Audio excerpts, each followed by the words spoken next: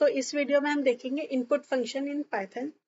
तो ये देखो, ये इनपुट फंक्शन क्या करता है, it is the very common way to take input from the user, है ना। यूजर से अगर हमें इनपुट चाहिए तो हम इनपुट फंक्शन यूज करते हैं पाइथन में, ठीक है।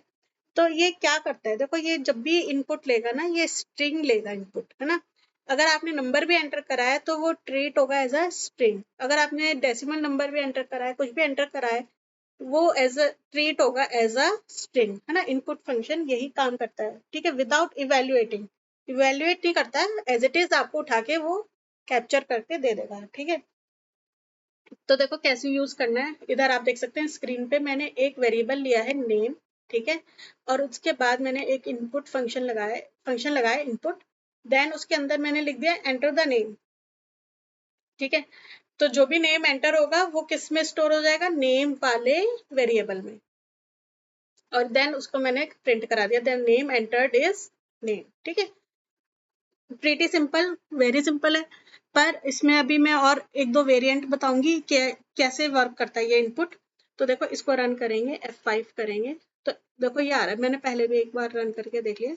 एंटर द नेम, एंटर करेंगे नेम, है ना। देखो ये पूछ रहा है, इनपुट फंक्शन क्या करेगा, गैदर करेगा इनपुट फ्रॉम द यूजर, है ना।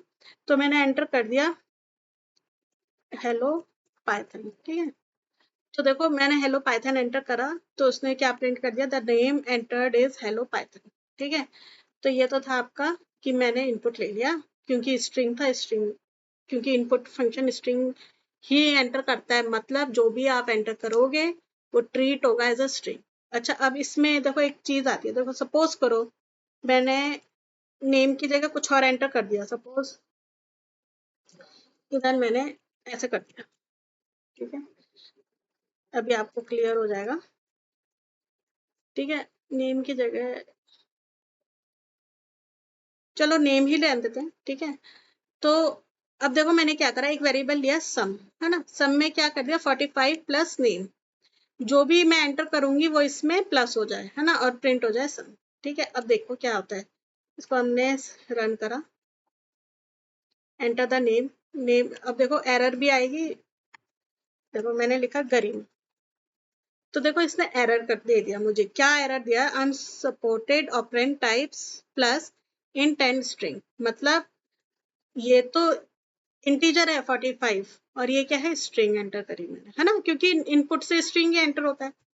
अब देखो एक चीज और है इसमें, इसने लिखा फिर से एंटर द नेम, मैंने लिख दिया 56, एंटर करा, तब भी एरर आई। आप बोलेंगे कि नहीं, ये तो इस आपने इंटीजर एंटर करा है तो इसमें तो नहीं एरर आनी चाहिए, लेकिन आएगी। मैंने क्या बोला कि जो भी इनपुट करोगे इनपुट फंक्शन के थ्रू वो एज अ स्ट्रिंग ट्रीट होगा। तो मैंने 56 एंटर करा था, तो 56 भी एज अ स्ट्रिंग एंटर हुआ है, ठीक है, स्ट्रिंग हुआ है वो, ठीक है। तो 45 प्लस 40 मतलब इंटीजर प्लस स्ट्रिंग, तो उसने एरर दे दी।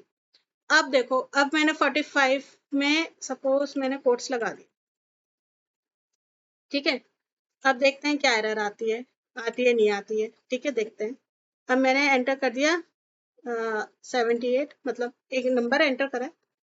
अब देखो उसने क्या कर दिया, 45 78 आंसर दे दिया।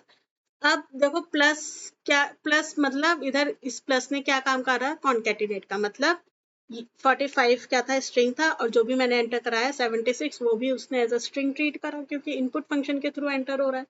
तो दोनों को इसने कॉन्केटिनेट कर दिया। स्ट्रिंग में क्या होता है, कॉन्केटिनेशन होता है ना, मतलब प्लस साइन।